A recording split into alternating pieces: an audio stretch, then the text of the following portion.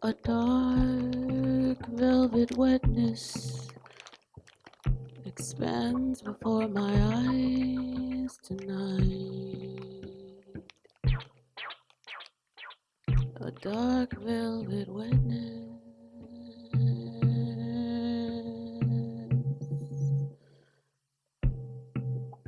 I'm a witness.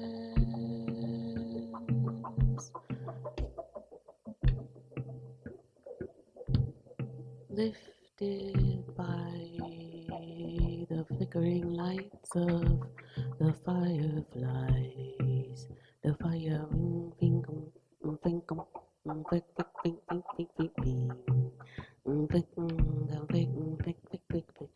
lifted by the dark flickering light of the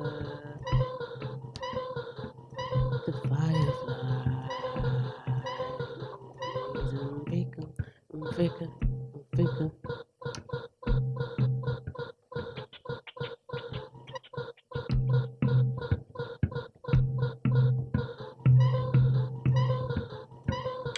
I'm a witness,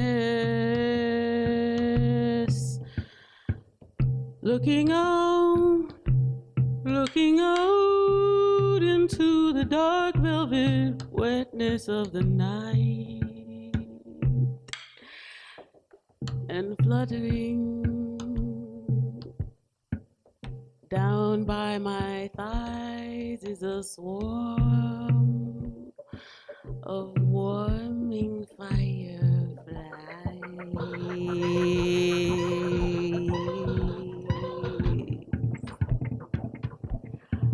I deepen my stride.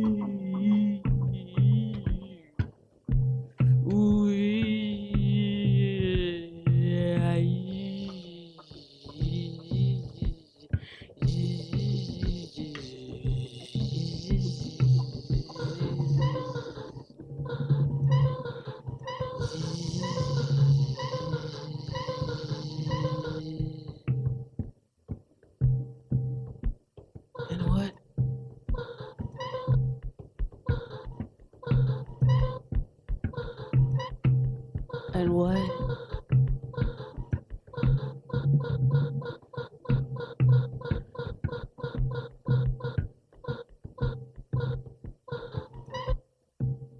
I'm not alone.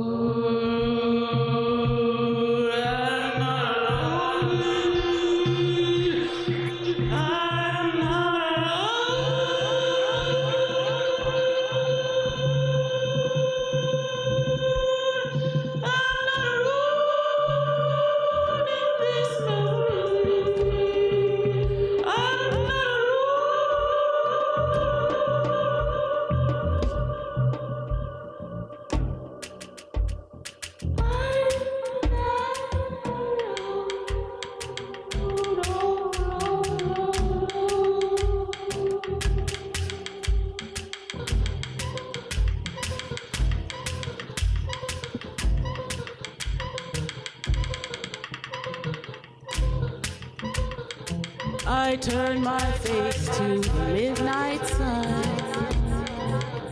to the midnight sun.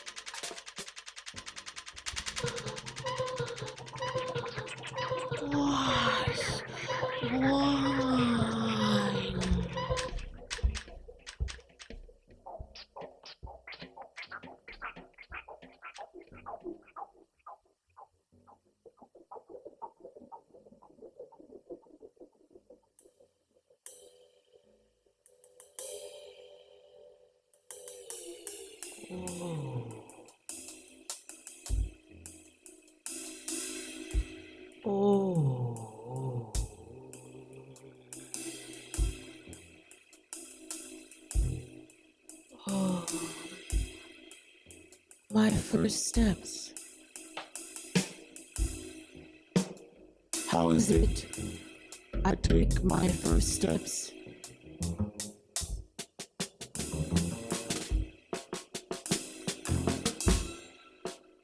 My first steps. All fours. And curl up in the center of the Black Studies Collaboratory. Close your eyes. Dream about.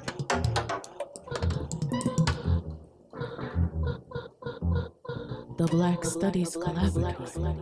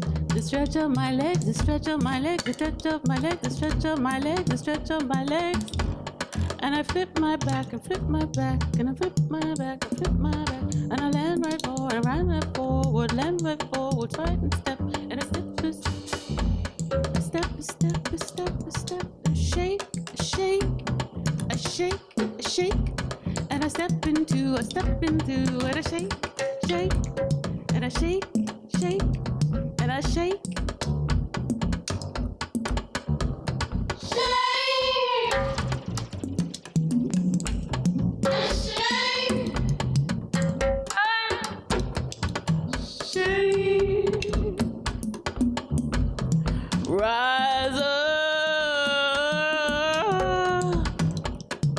Rise up, collaboratoire.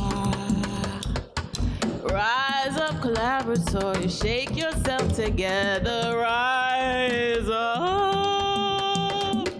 You are sacred ones. You are seeing through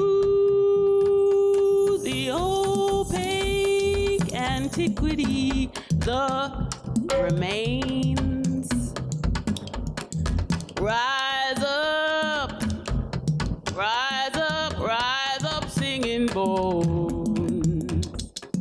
Rise up, singing bones. Shake yourself together. Rise up, Brother Samuel, Brother Marshall, Brother Teo.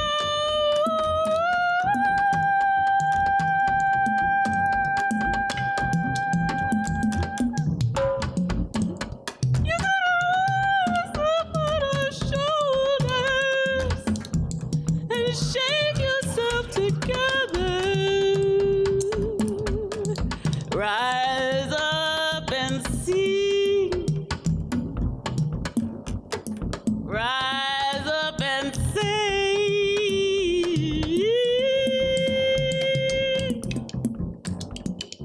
Rise up, singing bones, and shake yourself together.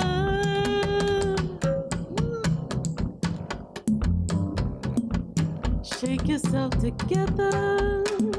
Rise up, singing bones. Shake yourself together. Rise up, Brother Samuel, Brother Marshall, Brother Teo.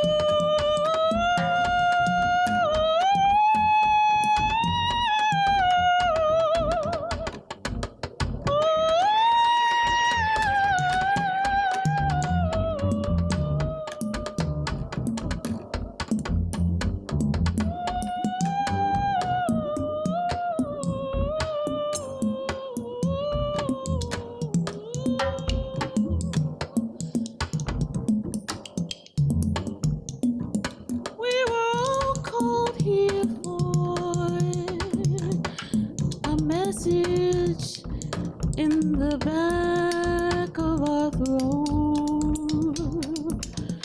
Released in song, released in song, released in song. Rise up singing bones. Rise up singing bones. Shake yourself together. Oh, come together, come together, come together, come together. Oh, oh, oh, oh, oh, oh, oh, oh, come together.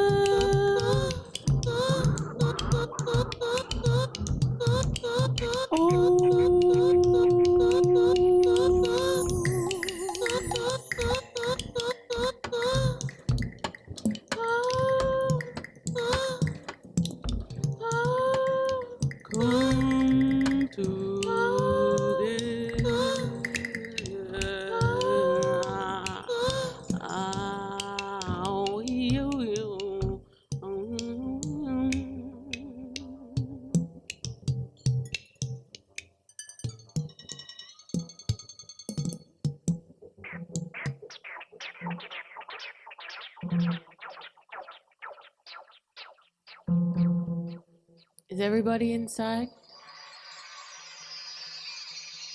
Everybody inside? You all right?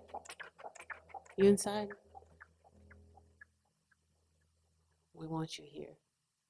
You're wanted here. Your spirit, your presence. Tonight, this moment is completely improvised. We don't rehearse, the three of us. Val, Mimi, Candice. We communicate. We draw from techniques. We draw profoundly from our roots, our heritage, our learnings, our listenings, our feelings, our intuitions, our sway, our dreams, and we improvise at length, and we always will. We are Nite Bjuti. Thank you. We are here by the grace of the Black Studies Collaboratory, African American Studies and African Studies Department, guided by the great teachers and friends, Tianna and Lee. We joined the Black Studies Collaboratory, and there we will remain.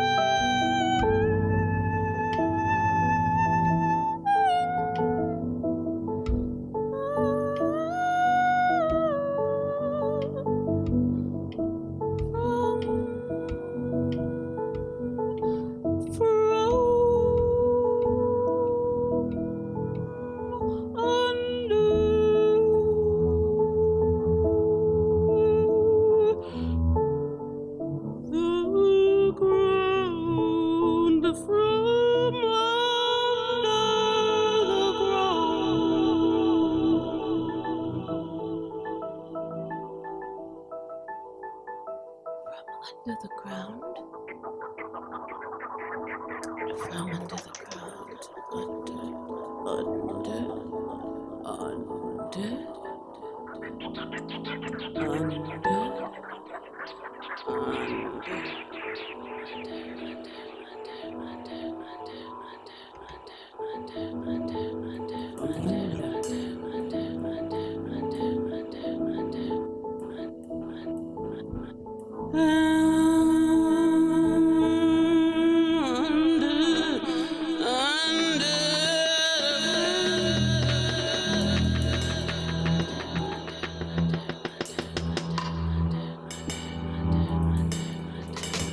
from under the ground, around, around, around, from under the ground, yeah.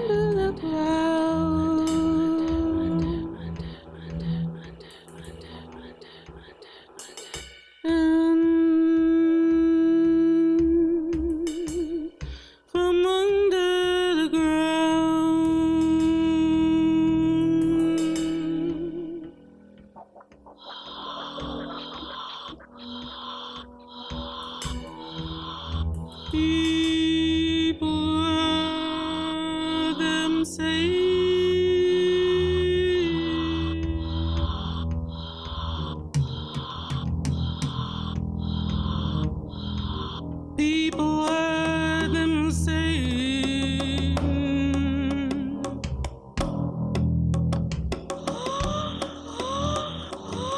oh, from under the ground. People heard them say,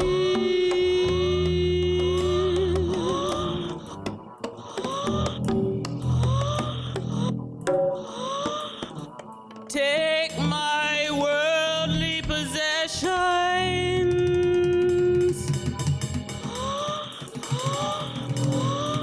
Take my worldly possessions.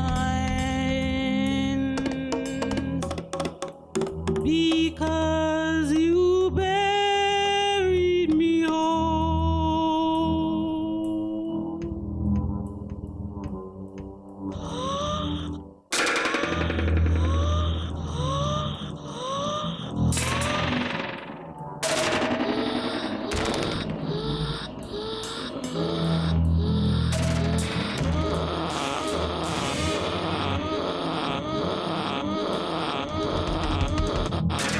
Their eyes burn in the haze. Eyes, their eyes burn in the haze.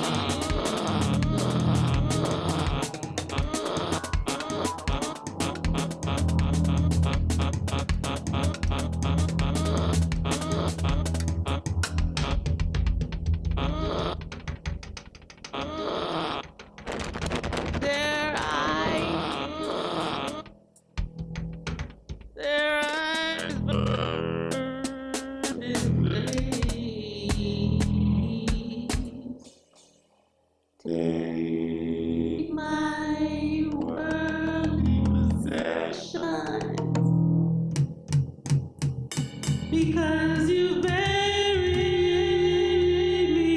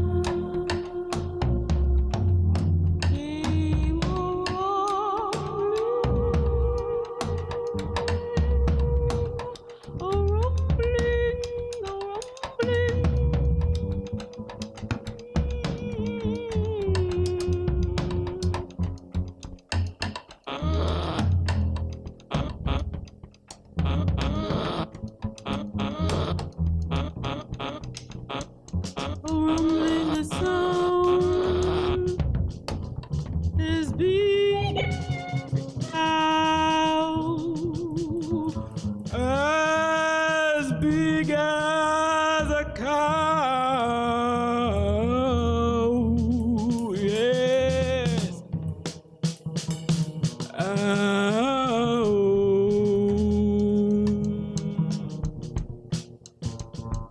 Rumbling a sound, and it follows me now.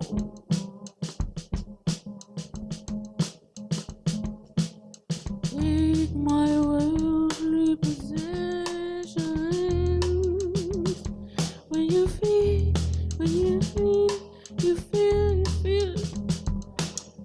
feel your eyes burn in the haze. You feel. You feel your eyes burn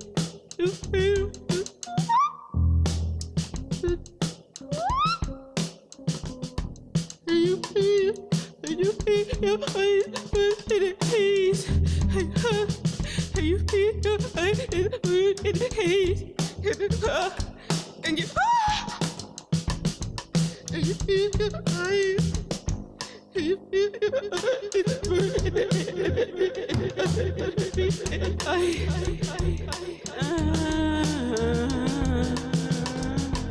you feel your eyes burn.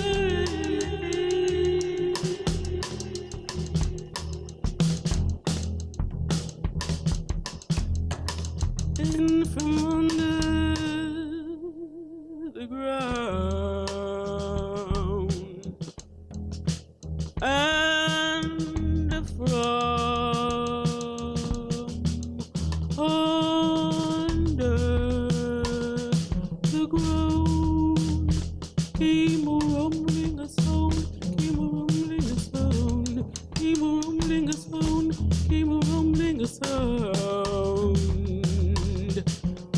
Came a rumbling, a sound, a glorious rumbling, a glorious rumbling, a glorious hum,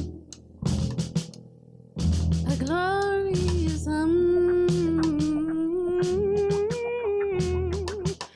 a glorious hum was heard.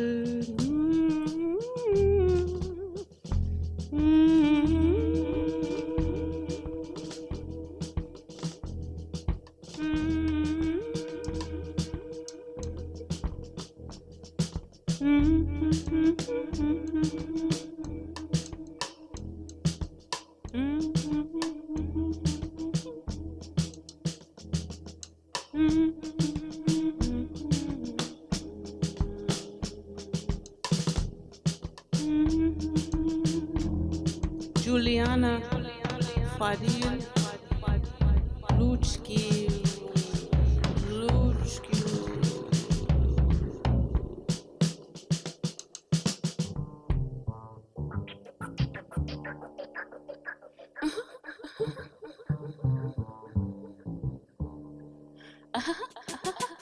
Now we're gonna know who has the album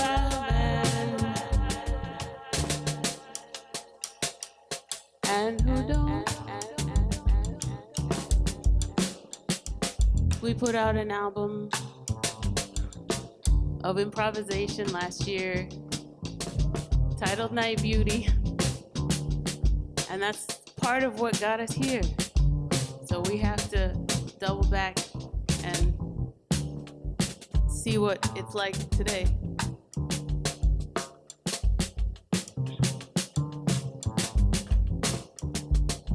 My love, my love, my touch, my joy, my love, stolen voice, my love, my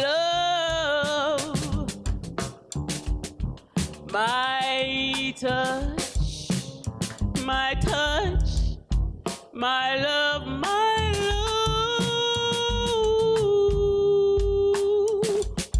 stolen voice.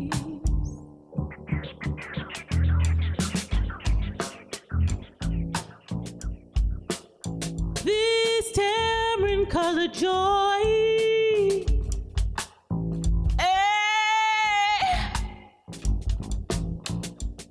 My tamarind colored joy.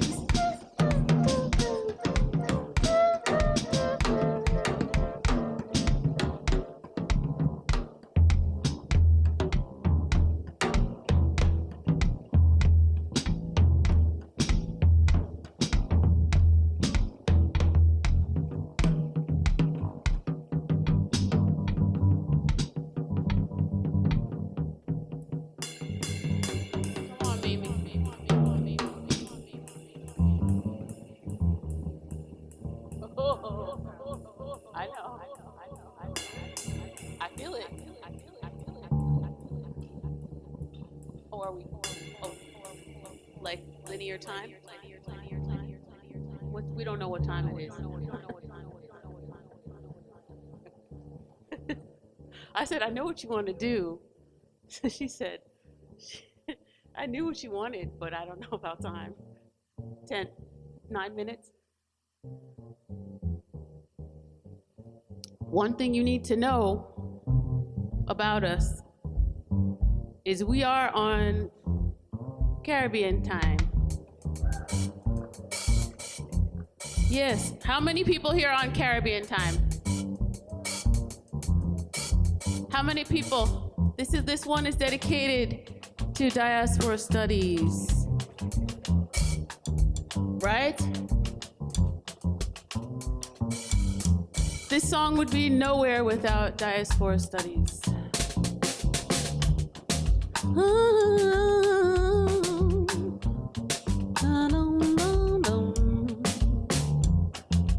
Let's see if they know that part.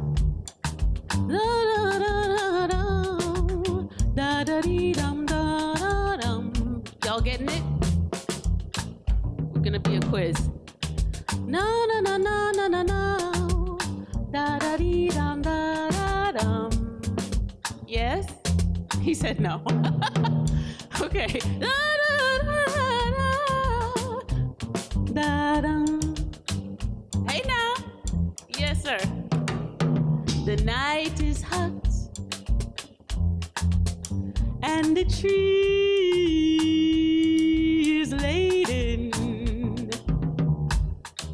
The night is hot and the passion fruit tree is laden. And I'm in the mood for love, but it think him nice. I'm in the mood. Ooh, his kisses like sour soap. Whoever tastes that. Kisses like Kausar. I'm in the mood.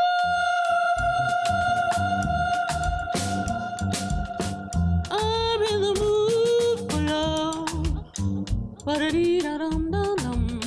Ba-da-dee-dum-dum-dum-dum. Ba-dee-dum. Ba-dee-dum-da-dum. Ba-dee-dum-da-dum. Ba-dee-dum-da-dum. This song is dedicated to the Black Sanctuary Gardens, to the Black Sanctuary Gardens, to the Black Sanctuary Gardens, to my sister and Leslie, to my sister and Dea. Leslie Dea. I'm in the mood for a good Julie Mango. I'm in the mood for a love that kiss me back, and rain on me, and splash me with the juice of your devotion. Make we take a bite, make we take a bite, make we take a bite, make we take a bite, make we take a bite, and let the juice run. Let the juice run down, let the juice val, let the juice val, let the juice run down, the juice of our devotion. Let the juice run down, the juice run down, to the juice run down, the juice run down. Devotion to Black people. Come on, Val.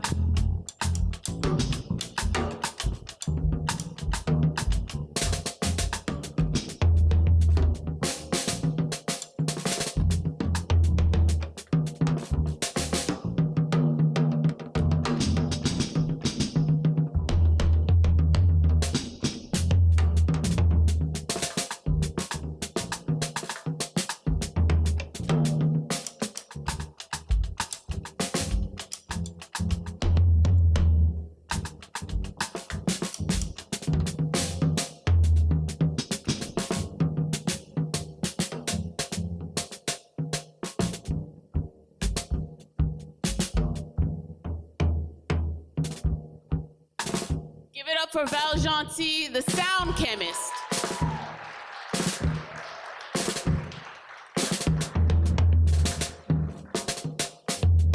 Lady Mimi. Let the juice run down, the juice run down.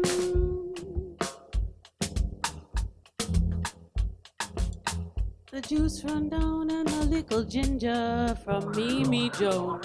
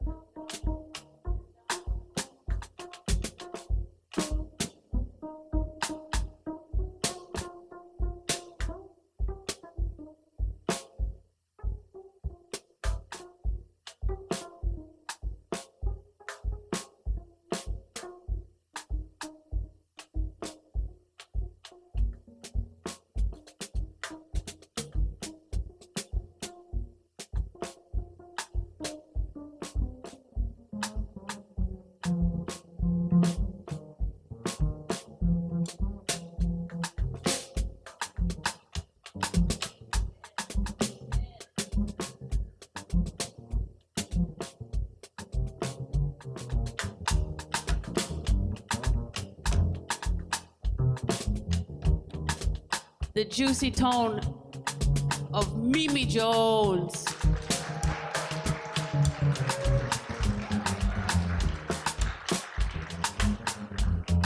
I think you all heard me, right?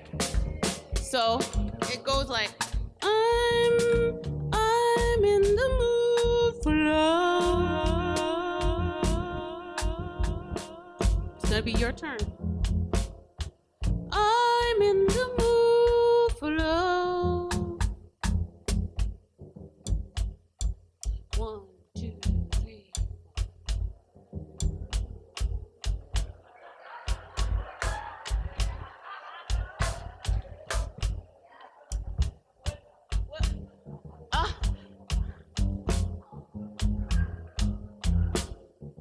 I love you though. I love you. So what are you gonna give me?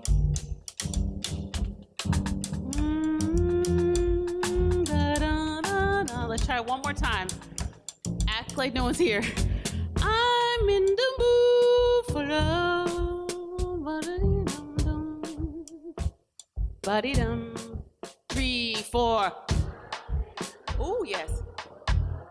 That was sexy. That was sexy. It can be soft, but sexy like that.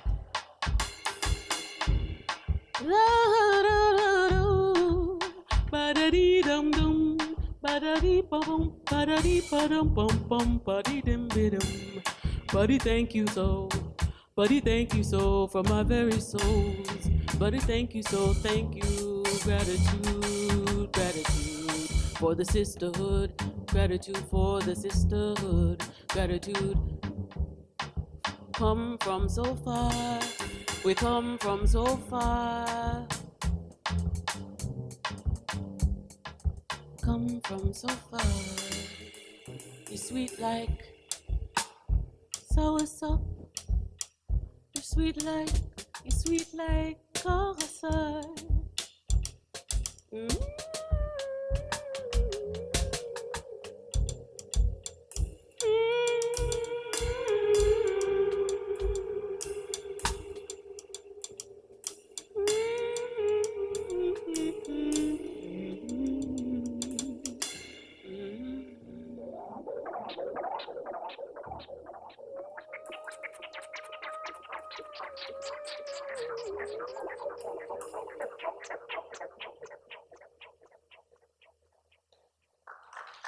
We are Nite Bjuti. Please, thank you so much.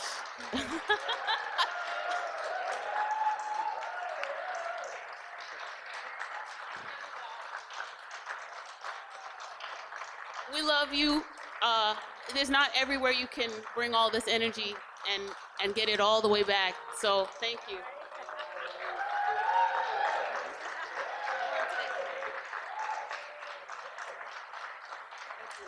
We'd like to invite our queen, Dr. Paschel, up to have a few moments with us, please. Give it up for Nite Bjuti. Hi, Bobo.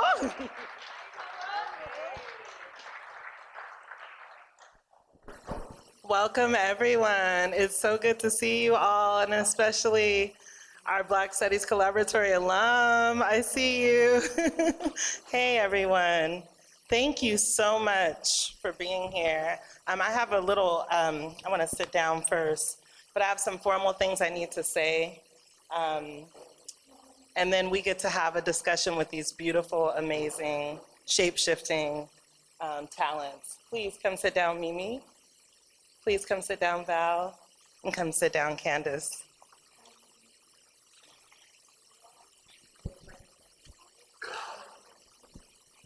So thank you so much. My name is Tianna Paschel, and I'm a professor of African American Studies here at UC Berkeley. I have the honor and blessing to be a co-principal investigator with my sister and work wife, Lee Rayford, for the Black Studies Collaboratory. She is on the other side of the world right now, but we feel her here. So we are joining you today on the campus of on the edges of the campus of UC Berkeley, on the territory of the Huichin, the ancestral and unceded land of the Chucheño-speaking Ohlone people. I'm not going to do the full land acknowledgement, but I want to just say that there are many ways that we can make concrete our recognition of Ohlone past, presents, and futures. And one way that we do that in the Department of African American Studies is to pay Shumi land tax. And I encourage you all to do that if you're not doing it already. So before I start, I do have some thank yous. And before I introduce this amazing band that you have already witnessed, I'd like to say thank you to Barbara Montano, who has been working really tirelessly to make our dreams come true. To our graduate student assistants, Francesca Araujo and Alexandra Gassesi. Thank you for all of your work and all of your vision. Thank you to everyone on the team here at BAMPFA, and especially to Sean Carson, who from the moment we took this to you, you knew that it was going to be a beautiful collaboration. Thank you. There was no question that we were in a really blessed position to have these musicians and talents here with us. I'd like to thank Chair Nikki Jones of the Department of African American Studies, who always supports what we do and pushes us to do even more. So the Department of African American Studies here at UC Berkeley is committed to amplifying the world-building work of Black people and Black studies. And we have done that most recently with the Black Studies Collaboratory and the Abolition Democracy Initiative. And in both of those, we have asked ourselves, what would the university look like if it was run on Black feminist principles? And as we do that, and as we think that, we also like to decenter the university as such, because we recognize that Black study happens everywhere, and that we are witnessing here today people who have engaged in all kinds of forms of deep Black study through ancestor work, through every kind of medium we can imagine. And so we are here today in that spirit. So as you witness, Nite Bjuti is a trio of 3 fantastic musicians. I actually wish I could go through, I have all of their bios here, but let me just say that each of them is a force in their own right, and each have like long lists of accolades that you've witnessed here today. They are drawing from deep archives and deep work that they've done, and so I'm really thankful for all of you. Candice, thank you for the collaboration and all of the work that you did to kind of open the space and really bring the Black Studies Collaboratory back into this space. So I'm really thankful for everything that you've done. Award-winning vocalist, like every kind of genre from opera to jazz, just phenomenal woman. Val, who is a sound chemist, Afro-Haitian, bringing like all the beats, all the rhythms, all the revolutionary spirit of IET to this space, okay? And a Grammy Award-winning artist, okay? Mimi Jones, who in addition to being a phenomenal bassist and like just the way that you embody all of this, like you use your full body, and it's so beautiful to witness.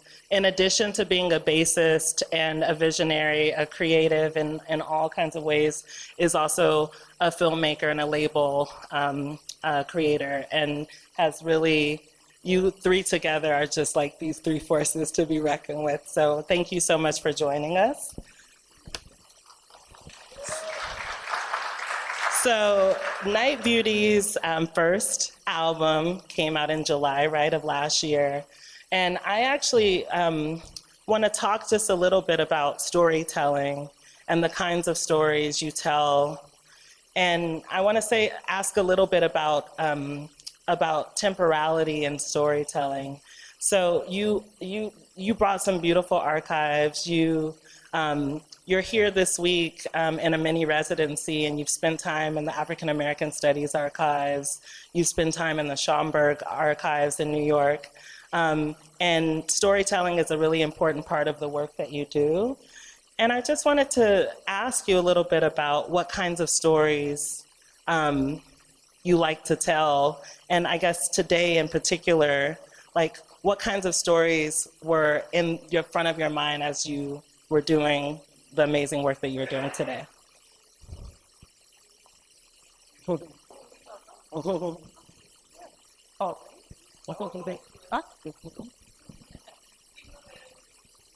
Well, Candice, you naturally tell the story, so I thought maybe you would wanted to.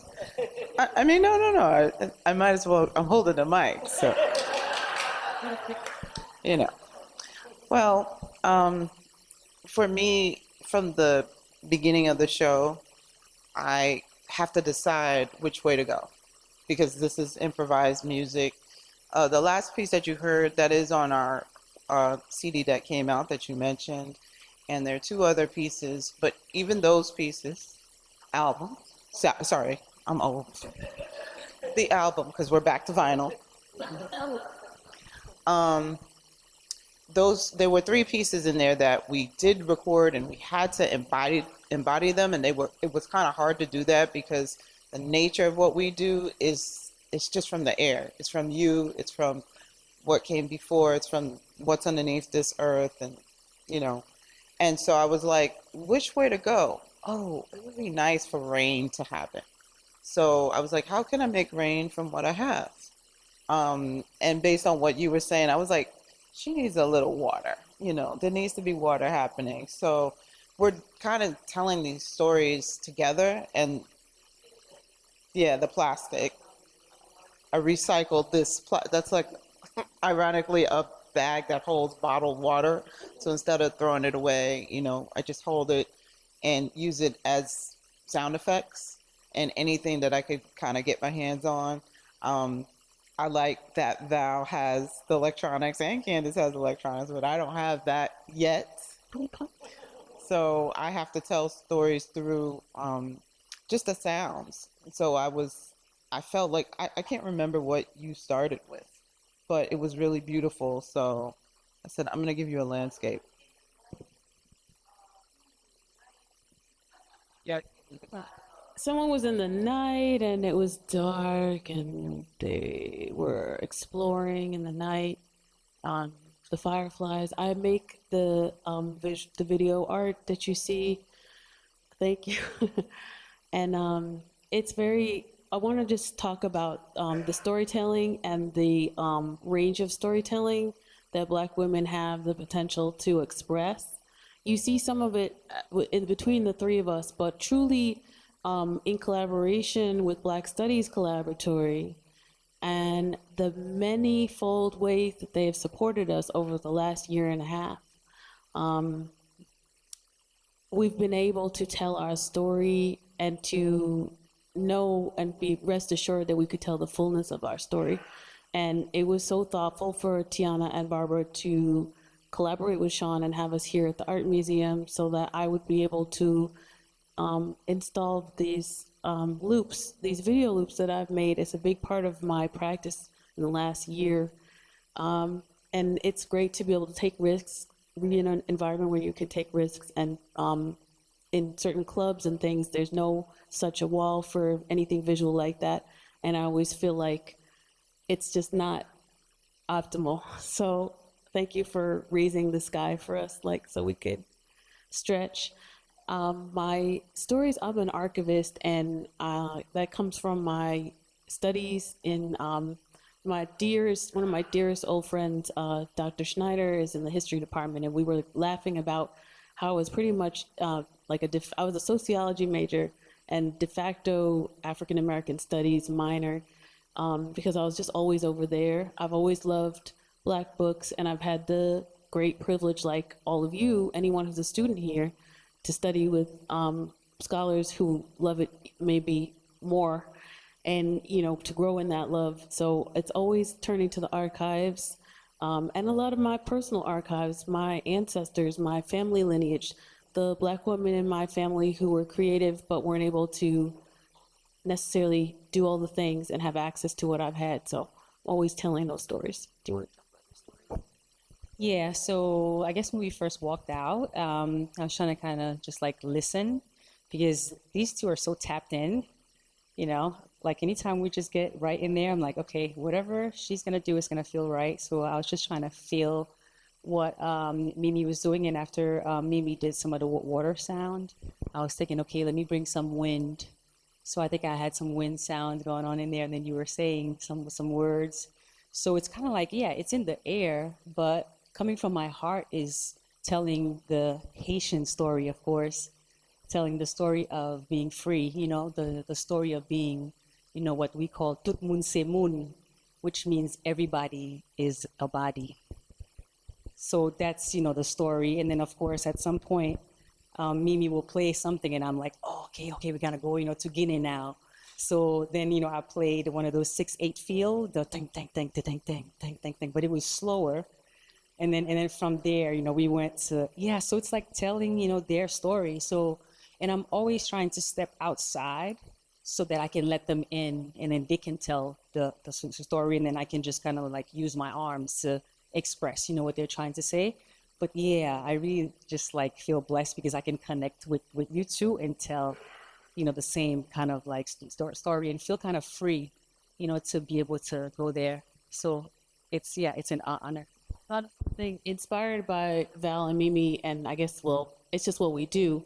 It, in full candor, it's entirely improvised. So what I said at the beginning is not something just to say. It's we don't rehearse. Does everybody realize that part? So we just go, and so improvisation is a big part of the storytelling, and it's a big part of our Black heritage, and we also, as you said, talking about temporality, we use loops. We sometimes use samples. Usually you see me looping on this. This device is a TC Helicon. It's a looper, it's a sampler, it's an effects machine. As you mentioned, I didn't come from a tradition of processing my voice through electronics. I came through acoustic, lyrical singing. And so I enjoy the improvisation because we're all pretty much just ranging freely, but converging around the narrative. So thank you for that. It's a perfect question. We hold together around stories.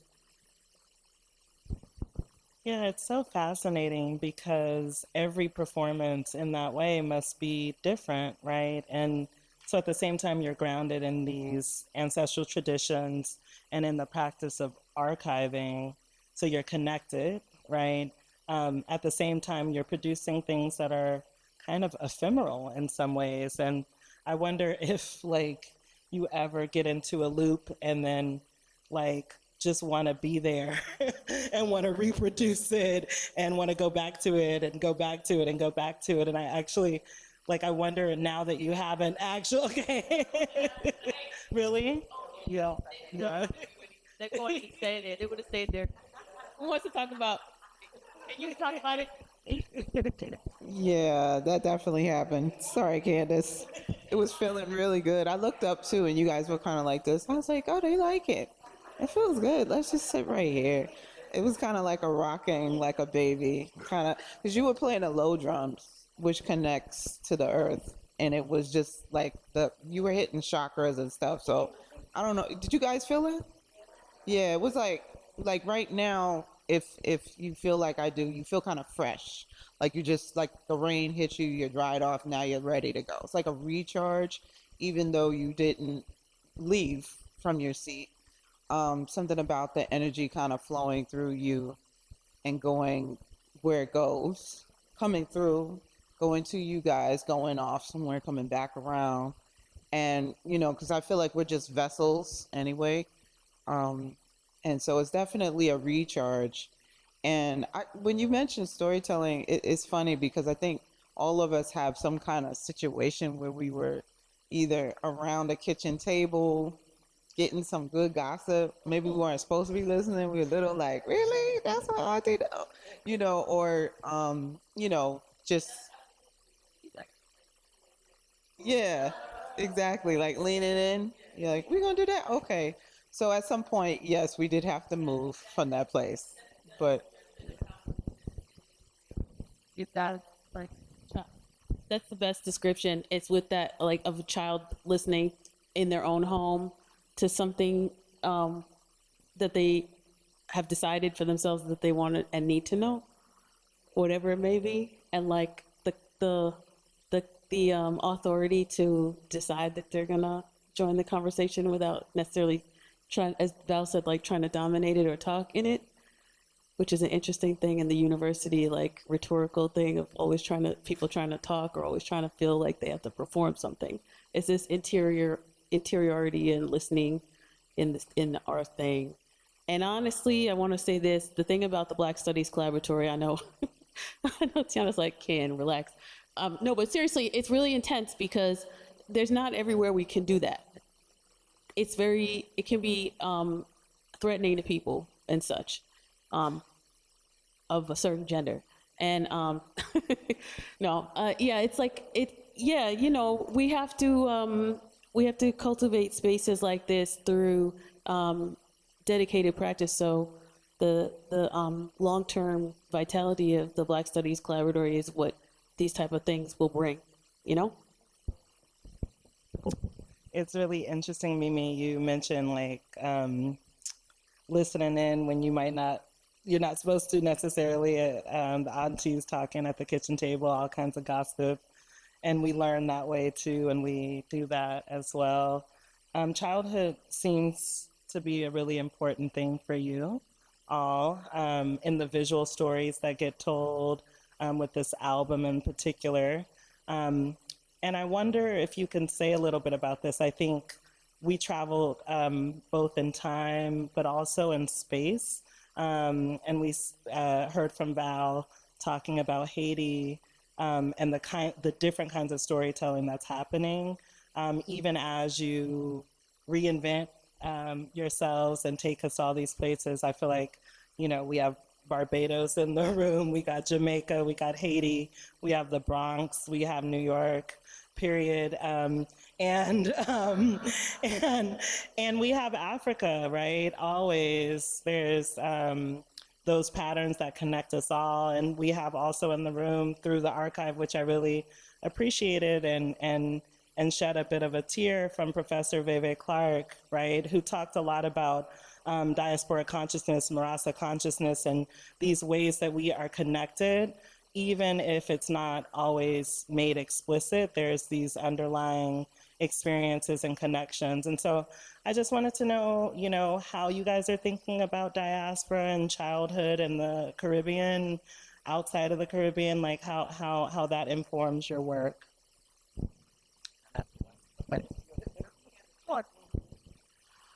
Oh, what an awesome question. Childhood and the diaspora.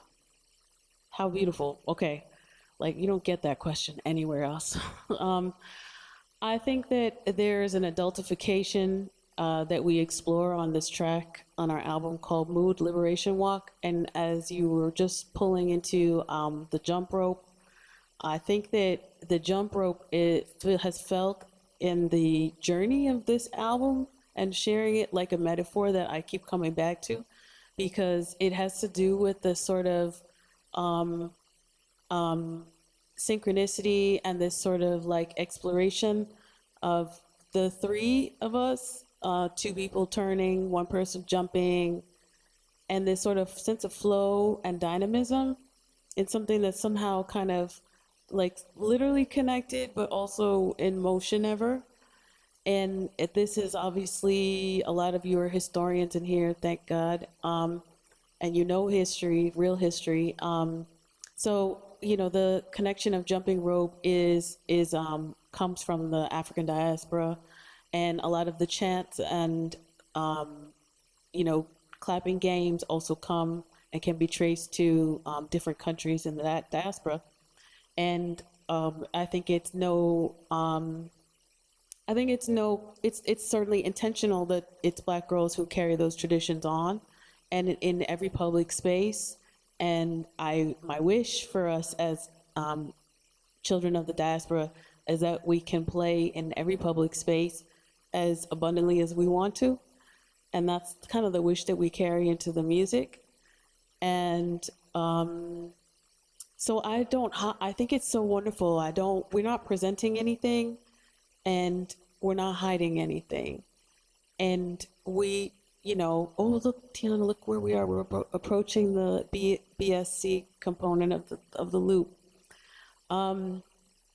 So yeah, that's what I would say on that. To begin with, I'm also a mother of two, and it's just I'm also a granddaughter. My grandma is 102 on my father's side, so I am a child of the diaspora, and we think of our ancestors every time. They are, whereas my parents, and some folks can relate to this, not necessarily keen on me becoming a career artist at certain points. But we connect on these points, and I was like singing soca, and I got the soca from my parents, and Mimi was setting up all these, like, I felt like I was at Carnival, like on the like Soca Gold album. These was like vibes. You felt it too? She was like she had Val's turntable. You had Val's turntable on your hand, on your strings right there. And so my parents gave me so much, and that childhood yearning to just use it all, share it all. Like since we started talking about the jump rope, so recently I did this gig. We weren't thinking anything about this, but one of my friends, she's an amazing vocalist, Charnay Wade. So we had this joke like, oh, we're gonna start a double Dutch team. I was a horrible double Dutch jumper, but I loved it. Like, it's a mess, but I was determined. So I was like, all right, I'm gonna be on that team. I didn't tell her, I actually, but we played for this block party. So the block was cut off, so after we finished playing, she was like, look what I got. And I was like, what? You got the ropes? So we actually started playing, and man, I'll tell you, you had everybody jumping. Guys, girls, white, black, Asian, it didn't even matter. It was like, and everybody had so much fun. People were messing up, but then we had other people. Actually, the club owner's wife turned out to be the double Dutch champion. So she was like, let me show you. She was all serious. I was like, who is this? And she was like, I have to go. I have to go. She never left. She kept saying, I have to go. And so she didn't leave, but I carry that rhythm with me now when I'm playing jazz, or if I'm like the other day, I'm getting older now, so I'm noticing in the airport, everybody's passing me. I'm thinking I'm walking fast, but I'm not. They're like, woo, woo. So I'm like, all right, let me get the double. And this is literally helping me. The strings don't feel like ropes, but the beat feels like especially if I'm playing like a repetitive kind of thing and I start running out of breath. So to have that childlike connection, I'm sorry, I don't know if we have to go. It really helps in life to uplift so you don't feel so heavy. I know all of us, it looks like we're all getting there. There's some young people in the house, but how light you felt at a certain point, and then there was just a point where it's like, whoa, okay. I'm not gonna go back over there and come back over there and do that twice. Before it was like, oh yeah, I got you out. Now it's like, no, we gonna figure this out. We go one time and come back, and that's it. So that childlike thing is something to carry in life, and will keep you going. So. Thank you. Shout out to Juliana. I made your name for all of the beautiful movement. And I think this is the kind of music that makes you feel unexpected things. And so it was nice as I was feeling things and wanting to move, seeing how you were moving and feeling everything that was happening. So thank you so much. I think we have 6 minutes, and so I did want to open it up if we have 1 or 2 questions from the audience, even if it's just sharing an affirmation or sharing just like an experience of what you felt as we went and travel through many spaces. Is that okay? Please, thank you. And also, although our vinyl albums are still on the way, and they can like be pre-ordered, we do have Nite Bjuti t-shirts over there if that's something that anybody wants. Yes, get a t-shirt. Does anyone have? Yes, Francesca, our resident. Oh, thank you, Sean. I have, is this on? Okay. I have a comment, but also a question. Oh, sorry. More to there's just some background. I have a comment, but also a question for Mimi, because Alexandra and I, as we were watching the improvisational performance, we were just like, it was just so breathtaking to watch how embodied your connection to your instrument was, and your eyes were closed almost the whole time, and I just can't think of another experience where I was like so immersed in what the person's body was going to do next. And yeah, that was just so moving and breathtaking to me. And the whole time that I was watching you, I was just wishing that I knew like what your body was feeling and like what you were feeling emotionally. And that might be like an intimate question that you want to hold for yourself as like the part of the performance that gets to be yours. But I was wondering if you could talk a little bit more about that. No, I'll be really brief. I tell my students all the time, because we sometimes think of art as, I'm going to make this art, but the art is already here. It's us. We breathe it. We are the beat. We're the heartbeat. That we are the sound, and everybody has a different sound and a different rhythm, but we kind of work together to make it together, So for me, that was literally the way I used to keep the beat, so I wouldn't drop a beat. So I would dance. And at some point in my life, I had a hard time. I was probably a little older than you, early 30s. It hit me. I was like, what am I doing in my life? We all know that. And, dance saved me. I had wanted to be a dancer when I was younger, but I had to choose. And that was fine. They were like, your knees, you want longevity. So I chose the bass. But yeah, just incorporating it into my life in another way. And it just feels really good. It makes the music feel real to me instead of just I'm kind of just, it's external. It's, so we're walking with it all the time. So if that kind of helps. Yeah, thank you. One more. Yes. Thank you, Sean. I shouldn't, but it's just a really short affirmation of the thing that you talked about at the beginning, that you had a concrete story in mind that you were trying to guess what the other one was saying, and I guess the way to confirm that was to say it back to them.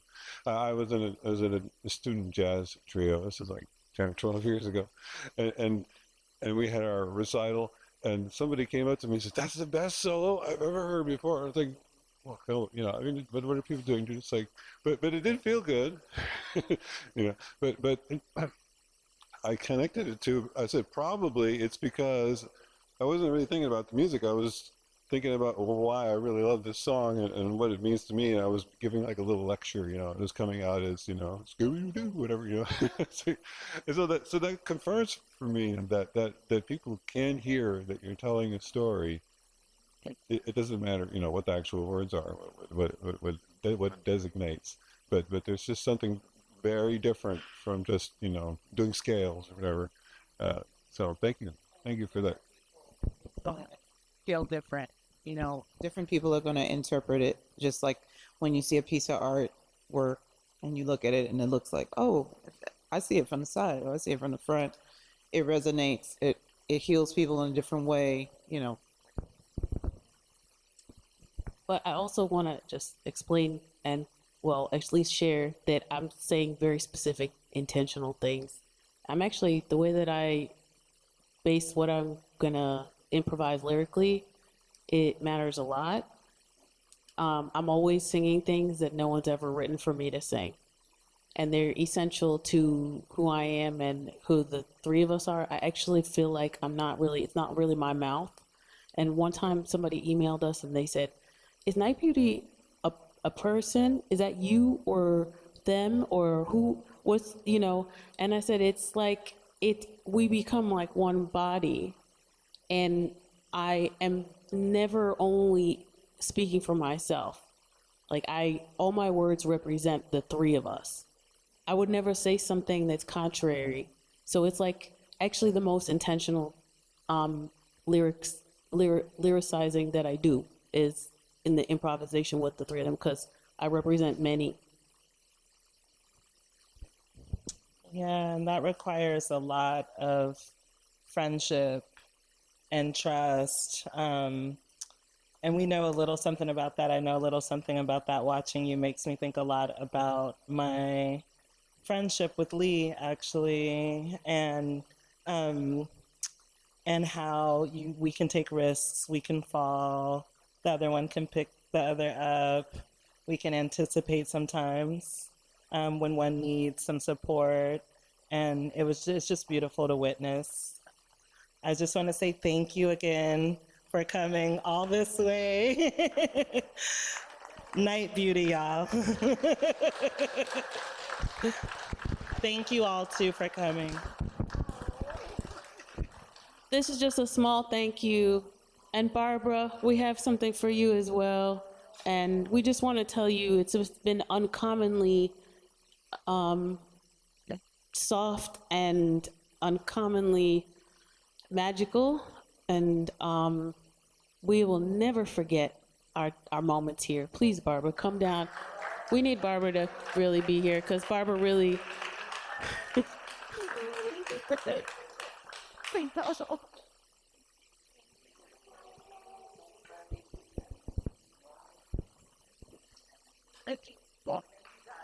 Thank you.